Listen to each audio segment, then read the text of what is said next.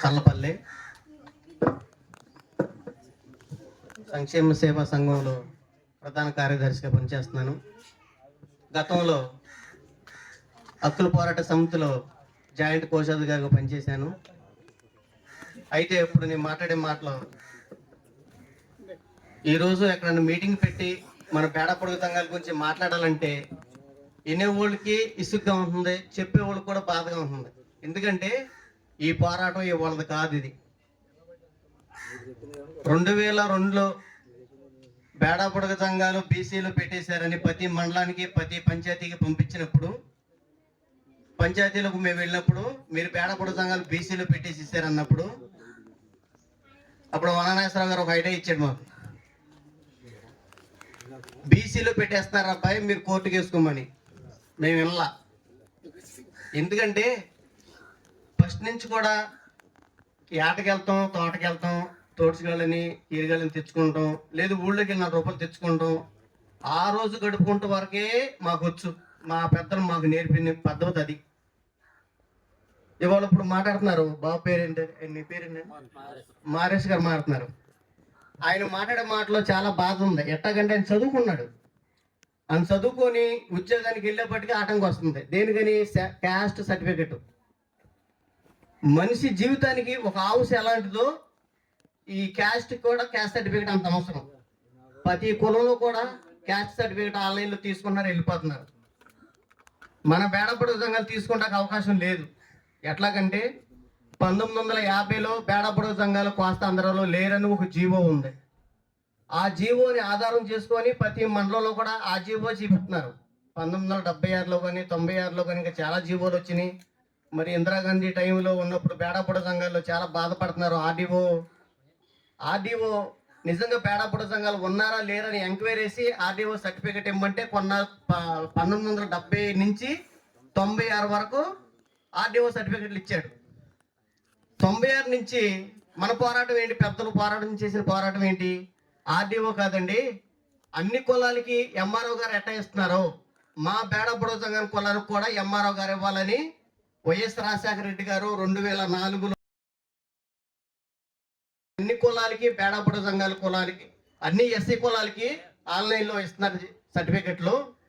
మాకు కూడా ఎంఆర్ఓ గారు ఇవ్వాలి. ఆర్డీఓ గారు ఏదన్నా సర్టిఫికెట్ అడుగుతుంటే పందరాలమంటున్నారు, ఆర్డీఓ దగ్గరికి వెళ్ళమంటున్నారు. అట్లా కాదండి, మాకు ఎంఆర్ఓ గారు కావాలి. అన్ని కులాలకి ఎట్ట ఇస్తున్నారో మా బేడా పొడుగు సంఘం కులాలకు కూడా ఎంఆర్ఓ గారు సర్టిఫికెట్ ఇచ్చేలాగా ఒక జీవో రిలీజ్ చేయండి బాబు అని మేము ఒత్తుకున్నాం. ఇది వైఎస్ రాజశేఖర రెడ్డి గారి దృష్టికి వెళ్ళి ఆయన కూడా అప్పుడు ఎస్సీలు అంటే చాలా ప్రేమ విశ్వాసంగా ఉంటారు. వైఎస్ రాజశేఖర రెడ్డి గారు చనిపోయి ఎక్కడ ఉన్నారో కానీ ఆయన ఏం చేశాడంటే ఒక జీవో రిలీజ్ చేశాడు 2007లో. బేడా పొడుగు సంఘాలకు కూడా ఎంఆర్ఓ సర్టిఫికెట్ ఇమ్మని. ఎప్పుడైతే జీవో రిలీజ్ చేశాడో కొంతమంది ఉంటారు కదా, అసలు బేడా పొడుగు సంఘాలు కోస్తాంధ్రలో లేరండి, తెలంగాణలోనే ఉన్నారు అని మేము మొత్తుకుంటుంటే మీరు జీవో రిలీజ్ చేశారండి. అట్లా కుదరదు, బేడా పొడుగు సంఘాలు ఉన్నది తక్కువ, జంగం అని బీసీ వాళ్ళు ఎక్కువ ఉన్నారు, వాళ్ళు బేడా పొడుగు సంఘాలని సర్టిఫికెట్ తీసుకుని ఉద్యోగాలు పొందుతున్నారని మళ్ళీ వైఎస్ రాజశేఖర రెడ్డి దగ్గరికి పెద్ద పెద్ద నాయకులు వెళ్ళి 140 జీవో 2008లో పెట్టించారు. 140 జీవో ఏంటి? ఎక్కడ గొడవ అయింది అనుకో, రోడ్డు మీదకి వెళ్తే వెళ్ళిపోమని చెప్తారు, వెళ్ళకపోతే కాల్ చేస్తారు. అది 140 జీవో. ఆ జీవో పెట్టారు మన మీద. ఇది ఎవరైనా సరే బేడా పొడుగు సంఘాలకి సర్టిఫికెట్ ఇస్తే మీ ఉద్యోగాలు లేచిపోతాయని ప్రభుత్వానికి పెట్టారు ప్రతి మండలంలో. ఆ జీవో ఇప్పుడు మన ప్యానల్ మీదకి వచ్చింది. ఎప్పుడైతే 2008లో జీవో పెట్టారో మళ్ళీ 140 జీవో రద్దు చేయాలండి, మా క్యాస్ట్ సర్టిఫికెట్ మాకు ఇవ్వాలని పోరాటం చేద్దాం కొంతమంది జరిగింది.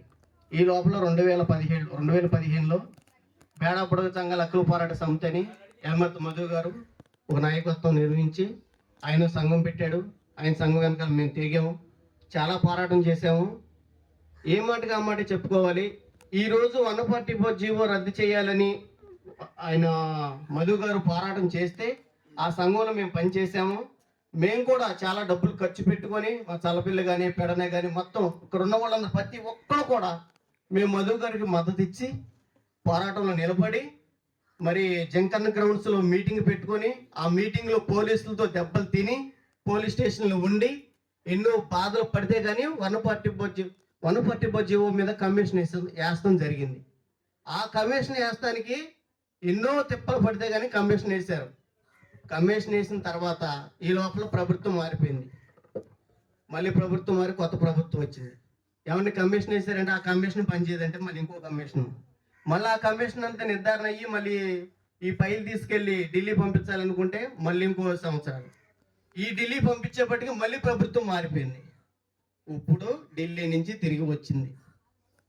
ఇవాళ ఢిల్లీ నుంచి ఫైలు తిరిగి వస్తాం మెయిన్ కారణం ఎవరో మన బేడాపుడుగ సంఘాలే, ఏరే కులస్తులు కాదండి. ఇది వాస్తవం. ఎట్లాగంటే ఒక నాయకుడు పోరాటం చేసిన నాయకుడు, ఒక నాయకుడు ఏం చేస్తానంటే అన్ని కులాలను కలుపుకొని ఉన్నది 1,10,000 మంది 90,000 మంది మన రాష్ట్రంలో ఉంటే 4 లక్షల మంది అని చెప్పేసి రిప్రజెంటేషన్ ఇచ్చాడు ఒక నాయకుడు. ఒక నాయకుడు ఏం చేస్తున్నాడు, ఏ మండలంలో కానీ ఏ పంచాయతీలో కానీ ఏ ఊర్లో సర్టిఫికెట్లు ఇస్తుంటే వాళ్ళు దొంగలండి, వాళ్ళు దొంగలండి. చూడండి, వాళ్ళు దొంగలు అసలు లేరండి. ఎవరైతే ఆయన వెనకాల వెళ్తారో వాడే బేడబడుగు సంఘం. ఆయన వెనకాల వెళ్ళిన మనిషి దొంగ. అట మనుషుల్ని మంచిగా ఉన్న మన బేడాపుడుగు సంఘాలు ఎన్నో బాధలు పడి దెబ్బలు తిని కింద పడి మీద పడి ఊరు పల్లి మానుకొని బిడ్డలను వదిలేసి పోరాటాలు చేసి దెబ్బలు తిని డబ్బులు పోగొట్టుకుని ఇన్ని బాధలు పడితే ఆ ఢిల్లీ ఆ ఫైల్ పంపిస్తే ఆ ఫైల్లో క్లారిటీ లేదు. ఒక నాయకుడేమో 10,000 మంది ఉంటాడండి రాష్ట్రం మొత్తం, ఈ మొత్తం తెలుగు రాష్ట్రంలో ఒక నాయకుడు. ఒక నాయకుడేమో 4 లక్షల మంది. ఇది సేమ్ లక్ష్మీ దుర్గా సినిమా అని 35 సంవత్సరాల క్రితం వచ్చింది. దాంట్లో 2 పిల్లలు ఉంటారు, ఆడపిల్లలు. లక్ష్మీ దుర్గా, దాంట్లో కుక్క కోతి ఉంటుంది. దాంట్లో లక్ష్మి ఎవరో దుర్గా ఎవరో కుక్కకి కోతికి మాత్రమే తెలిసి మనకు తెలియదు. వాళ్ళిద్దరు పిల్లలు ఒకలాగానే ఉన్నాం కాబట్టి ఒకలాగానే ఉన్నప్పటికీ ఎవరు కనిపెట్టలేరు. లాస్ట్లో కోర్టులో లాయర్ కూడా కనిపెట్టలేరు. అట్లాగే రాష్ట్ర నాయకులేగా ఏమని చెప్తున్నారు వీళ్ళు, మా వాళ్ళు కాదండి వాళ్ళు అంతమంది లేరు అన్నారు, వీళ్ళేమో ఎంతమంది లేరన్నారు. ఎవరైతే అంతమంది లేరు అంటున్నారో వాళ్ళ వైపు కెట్టవాళ్ళు వస్తున్నారు కొంతమంది. నిజమేనండి, ఒక నాయకుడు చెప్పేది వాస్తవమే. ఈ ఈ కోస్తాంధ్రలో అంతమంది లేరు. బేడపడదా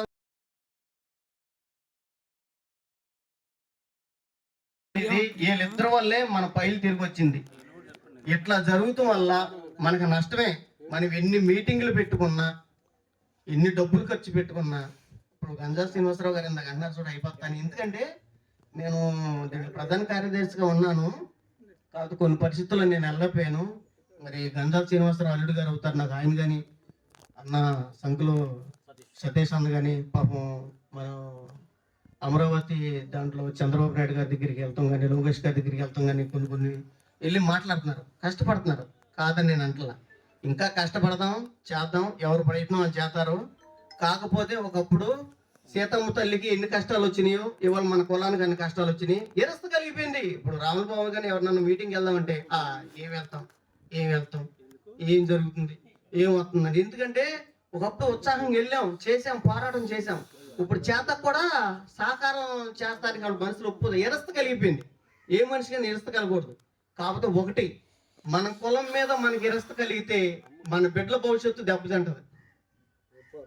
మన కులం మీద మనకి ఎరస్తు కలిగితే మన బిడ్డల భవిష్యత్తు, మన మనవాళ్ళు మన మనవరాలు వాళ్ళ గురించి తప్పదు. ఎన్ని అడ్డంకులు వచ్చినా ఇప్పుడు పెద్దోళ్ళు ఉన్నారు, వాళ్ళతో మాట్లాడి చేసి ఇట్లా అన్యాయం జరుగుతుందని చెప్పి 10 ఒక్కరు పోరాటం చేద్దాము. ఇవాళ గట్టిగా పోరాటం చేత కూడా కొంతమందికి అవసరం లేదు క్యాస్ట్ సర్టిఫికేట్తో, కొంతమంది అవసరం లేదు. క్యాస్ట్ సర్టిఫికేట్ అవసరం వల్ల మన కారిగాల్లో మొత్తం ఈ మన ఆంధ్రప్రదేశ్ మొత్తం 1,30,000 మంది ఉంటారేమో. ఏళ్ళలో 20,000 మందికే క్యాస్ట్ సర్టిఫికేట్ అవసరం. ఎందుకంటే 20,000 మంది చదువుకుంటారేమో మాలో చదివితే, గట్టిగా చదువుకున్న వాళ్ళు. ఉప్పు నుంచి పిల్లలు చిన్న పిల్లలు చదువుతారు చూడు, వాళ్ళకి అవసరం. ఇవాళ ఎవరైతే బాగా చదువుకొని జాబ్ దిష్టికి వెళ్ళిపోయి సర్టిఫికేట్ కావాలి లేకపోతే నీ ఉద్యోగం రాదనుకున్న వాళ్ళకి ఏడుపులు గీతానాలు అన్ని చాన్నాయి. ఏ చిన్న పిల్లలకి 10th లోపు 7, 8, 6 చదివే వాళ్ళకి అంత బాధ అనిపిస్తారు. ఎందుకంటే వాళ్ళకి ఇంకా క్యాస్ట్ సర్టిఫికేట్తో పని లేదు. 10th లోకి వెళ్ళిన తర్వాత అప్పుడు ఇబ్బంది జరుగుతుంది. కాకపోతే ఎవరో ఏదో చేశారు అట్టగా మనం మెల్లకుండా కూర్చుంటే కాదు. మా సంఘం తరఫున ఈ సంక్షేమ క్షేమ సంఘం తరఫున మేమందరం ఉన్నాము. మరి మన సంఘంలో సతీష్ అన్న, మరి గంజా సీను గారు, అల్లుడు గారు, ఇంకా చాలామంది నాయకులు ఉన్నారు. మా ప్రయత్నం మేము చేస్తాం. మేము కొత్తగా నూతనంగా ఎన్నుకున్నాం కాబట్టి, ఇంకా పోరాటం ఎక్కువగా చేయలేదు కాబట్టి మేము కూడా పోరాటం చేస్తాము. అవసరమైతే మా సొంత డబ్బులతోనే మేము ఖర్చు పెట్టుకుని అన్ని పనులు చేస్తాము. వాళ్ళకి మళ్ళీ వీళ్ళకి మళ్ళీ ఊరికి 20,000 30,000 మేము వసూలు చేసేవాళ్ళం కాదు బాబు. మేము ఫ్రీ సంఘమే చేస్తాం. ఏదన్నా ఒక కోర్టులో వేయాలి చెయ్యాలి ఏదైనా అవసరం ఉంటే అది మీ సలహాలు కూడా తీసుకొని, మీ మాటలు కూడా తీసుకొని ముందుకెళ్తాము. కాకపోతే మీరందరూ ఇరస్త కలిగిందని ఎవరికాళ్ళు ఇళ్ళకాడ కూర్చొని అది మనం అసమర్థంగా ఏది వదలకూడదు. మేము పోరాటం చేద్దాం కాబట్టి మా పోరాటం వెనకాల పెద్దలు